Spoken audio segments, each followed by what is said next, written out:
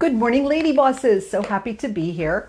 And for these first few seconds, maybe for the first minute before you hop on, I'm going to tell you a little bit about why I'm wearing this tiara, because if anybody knows me well enough, they know I'm not the girl who rocks the glitter or the tiaras or the fancy. That is so not me. The reason I'm wearing the tiara is because I'm in this women's networking group called Polka Dot Powerhouse. And if you don't know anything about it and want to know more about it, drop me a comment and I would be happy to send you links to learn more. But this women's networking group, hey Amy, I'm telling them about Polka Dot because that's why I'm wearing this. This women's networking group is just like nothing I have ever experienced. I grew up in a culture of working with men more.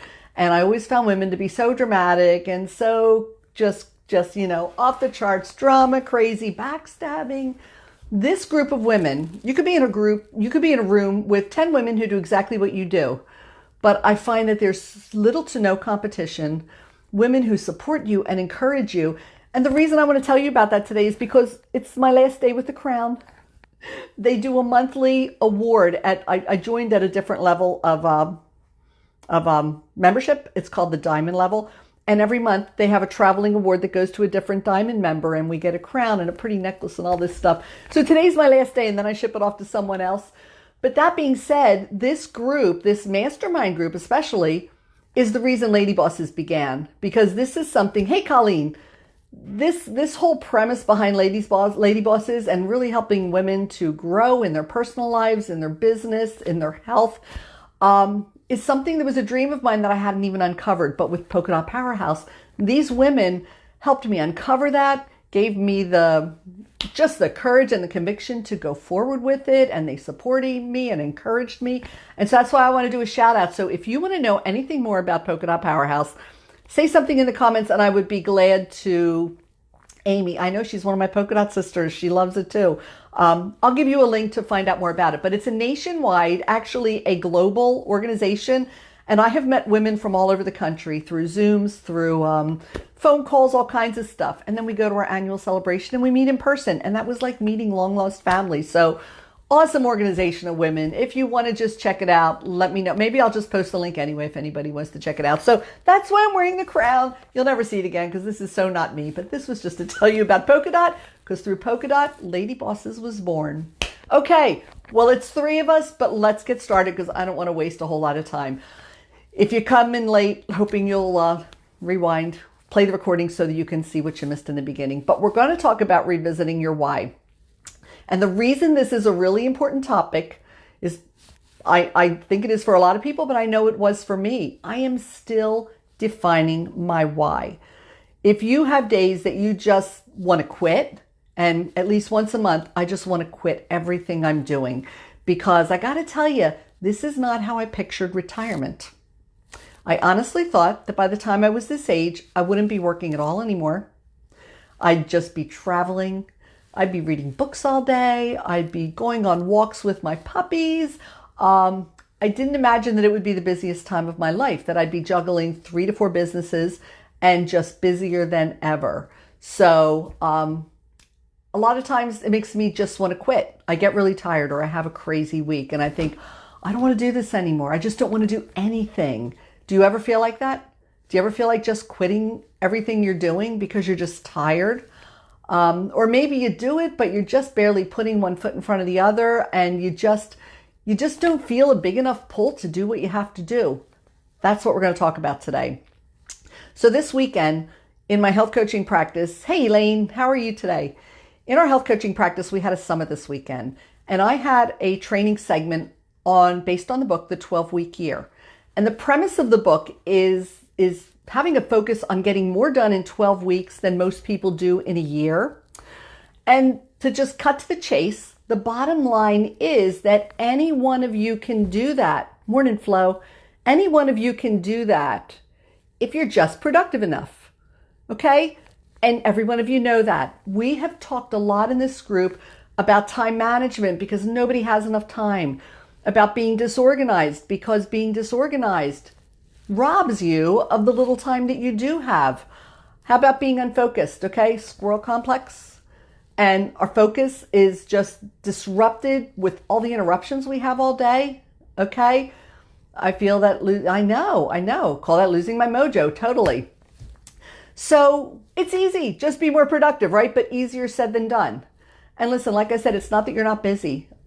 We're here because we really need help creating more time and being more productive. Our plate is stacked this high already. And don't you feel like every day you're handed another plate and another plate, and you just feel like you can't do it all. You're doing a million different things.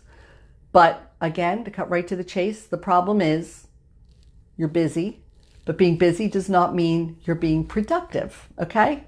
So think about that. If you're in any kind of direct sales, network marketing, anything like that, it can be really easy to get caught up in spending a lot of time on the busy work of your business. Okay, you're making your hundreds list. You're listening to a webinar. You have trainings. You're listening to podcasts. You're scrunching numbers on a spreadsheet to see what your month's going to look like. Not that any of that is not important, but we do all that and we're busy in our businesses to the exclusion of being productive. Because if you're doing all that, and oh God, if you add to the fact that maybe you're an introvert, that can keep you from actually picking up the phone or making a coffee date or making a virtual coffee date and actually connecting with people. Because I don't care what your business is, it's not going to grow if you're not meeting people and connecting with new people every day so that they can come to know, like, and trust you. You all know you don't do business with people you don't know, like, and trust. Hey, Barb. Hey, Bunny. Hey, Steph. Nice to see you all. If you don't know, like, and trust somebody, you're not going to do business with them and you're not going to refer them to anybody else. So how do they get to know you if you're spending all your time being busy, but you're never getting out there and really getting to know people? We talked about branding last week. I think it was last week. But the bottom line is that nobody's coming to you because they want your product so badly. They're coming to you because they want to do business with you. You need to brand yourself, not your product. I could have the best diet in the world, but nobody's going to call me just because they want my diet. They're going to call me because they want to do business with me, because they've learned to know, like, and trust me. So you have to get away from the busyness. So bottom line, you have to be more productive. There you go, Bunny. Perfect. So here's the answer. It's not tough to know why. The reason it's easy to be busy and not productive is this, in a nutshell. The very most important things that you need to be doing to grow your business are also most likely the most uncomfortable things you need to do. So you're going to find reasons to do everything else except for the very things you need to do. Like I said, add to that, if you're an introvert, oh my gosh, I would love to stay busy all day and never talk to anybody. So that's not easy. It's not easy at all to do the important things. So here's the solution, and the solution goes to the heart of our topic today. The solution is having a big enough why. Okay? Only a why that's strong enough is going to make you want to do the painful things, the uncomfortable things, right? If I told any of you that I'm going to give you a month to grow your business tenfold, and if you do, at the end of that month, I will write you a check for $1 million. Is there any doubt in any of your minds as to whether or not you would accomplish that? Hell yeah, you would accomplish that. You would do that because, oh my gosh, it's $1 million. And with that $1 million, if you connect that emotionally, that might be something you use for an animal shelter you work with because you have such a heart for animals and you want to save the lives and find homes for all the animals that don't have homes. So whatever it is, oh my gosh, you would do that in a heartbeat because your why was big enough. But here's something else that I just alluded to. Elaine says you're stepping out of your comfort zone. Is absolutely. Your growth and the magic is always outside of your comfort zone. Great point, Elaine. Thank you. But here's the thing. I just tied that to something that was emotional to you, which was the animal shelters. Also, in the book, The 12-Week Year, I realized that the answer is connecting your business vision to your personal vision. If all you have is, and this is where I think we fall short. Okay, when I started like my health coaching, it was like, well, I just want to really help a lot of people. But that was all up here. That wasn't like at the core of my emotion. If you don't really get emotional, if you don't have a really strong emotional reason tied to your business goal, your why is never going to be important enough to pull you forward, to make you like be laser focused on your why. And that's the way you stay productive, is to be laser focused on your why. So I was listening to a couple of YouTubes by Dean Graziosi. If you haven't heard him, he's awesome. But he has this thing he calls 7 levels deep to success. And this is how to get to your biggest why, is ask yourself one question, and then each time you answer it, ask yourself why again. So, why do you want to be a health coach? Well, I want to help a lot of people. Why?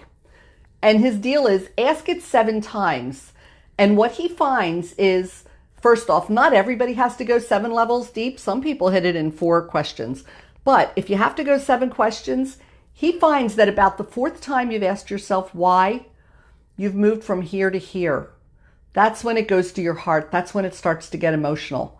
And you don't stop when it starts to get emotional. You go deeper.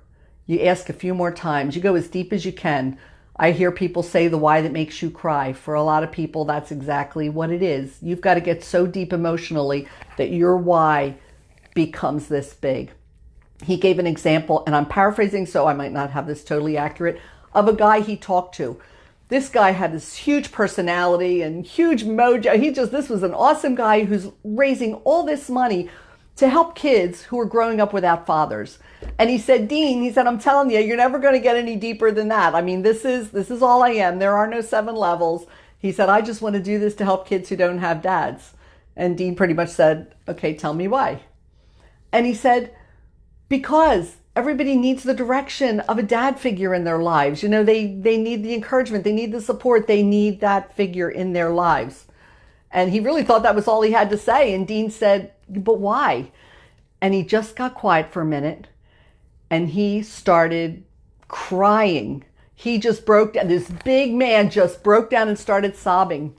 And he said, I grew up without a dad. I grew up with a single mom. He said, and when she died, I was a drug addict.